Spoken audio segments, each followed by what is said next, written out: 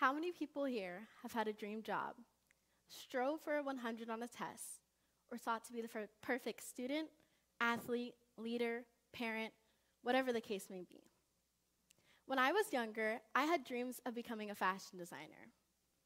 I'm pretty sure I thought I would just wake up one day, live a luxurious life in New York City, and have my clothes on a runway. Very ambitious for a 10-year-old, but also very naive as I look back at it now. What I didn't know then is that there's a lot more to achieving success than just dreaming and perfection. There's also failure that comes in between.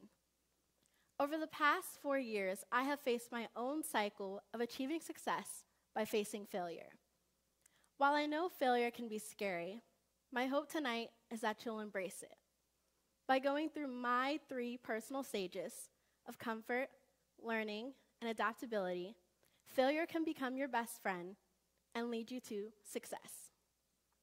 The first stage is the comfort stage. Now, by a show of hands, how many people here have been asked, where do you see yourself in 5 years? Yeah, that's everybody.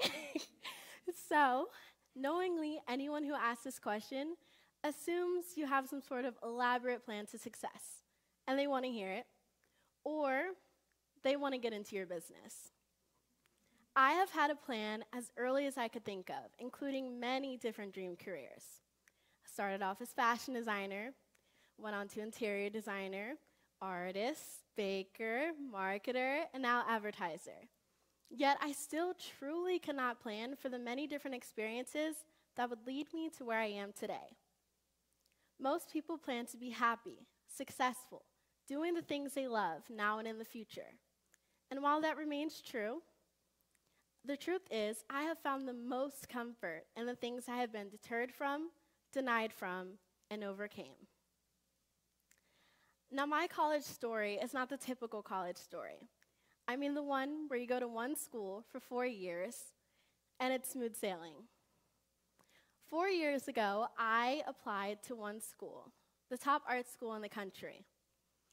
I was very happy to go to this school because I attended a summer program there the year before.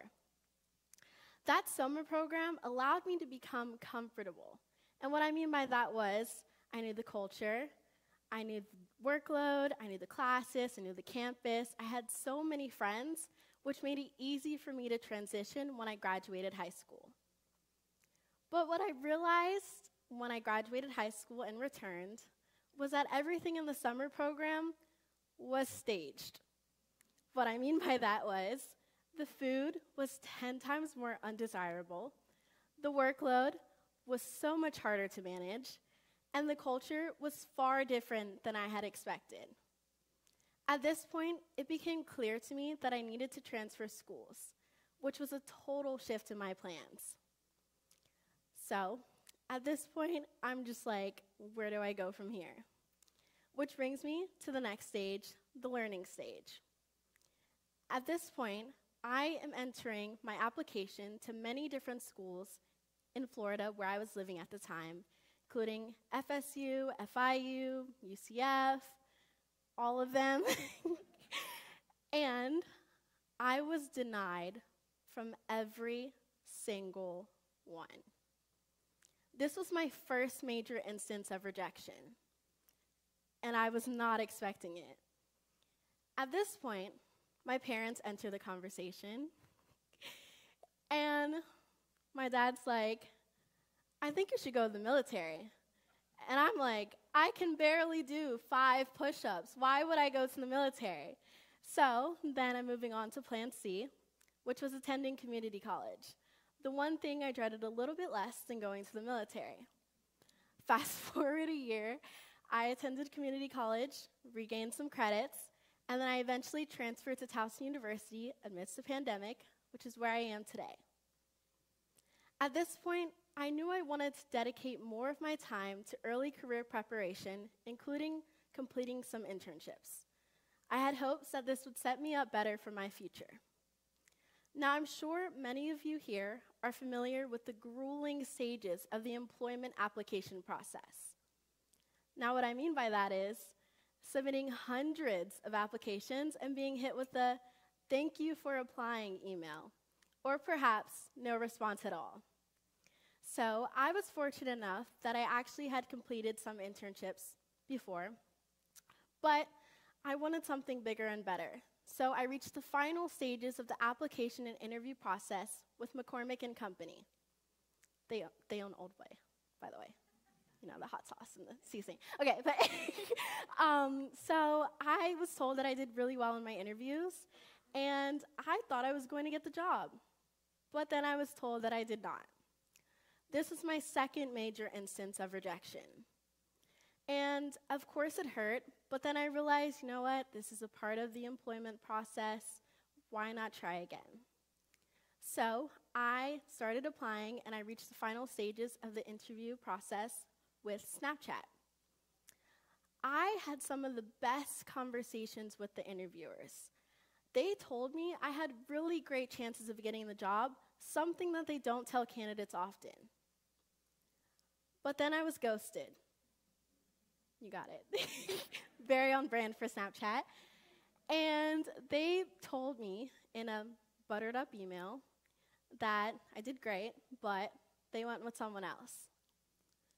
At this point, I have no idea what to do.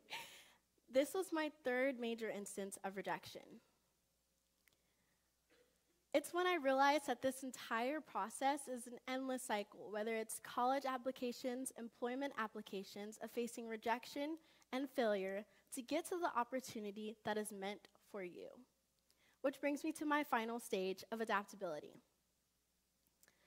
I learned, my first lesson was that if things stray away from your plans, it is not a reflection of you. My entire first year was just a change in plans, a change in course, and it probably would not have been so challenging for me if I wasn't so comfortable. So my advice to you is to develop into a chameleon. Embrace change as a lesson and also a new opportunity to grow. If I would not have been rejected from all of those schools, I would not have found the success, community, and support that I now have at Towson University, which will also award me my degree in December. My second lesson from this entire process is to redefine your definition of success. At first, I thought success was getting a job, but then I realized it was having an impact on interviewers, to being authentically myself, and more importantly, to being resilient enough to try again, which is why I'm standing here today. If it weren't for the constant job rejections, I would not have completed my 6th internship and also received a full-time job offer.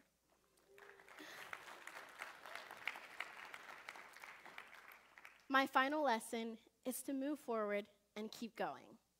With constant no's, rejections, and no affirmations for your success, it can be hard to see the finish line, but keep going. There is a quote by John C. Maxwell that states, "The difference between average people and achieving people is their perception of and response to failure." Looking back, if I were asked that daunting question again, where do you see yourself in 5 years? My answer would be, I plan to fail a few times, and who knows if I will get there in 5 years. Thank you.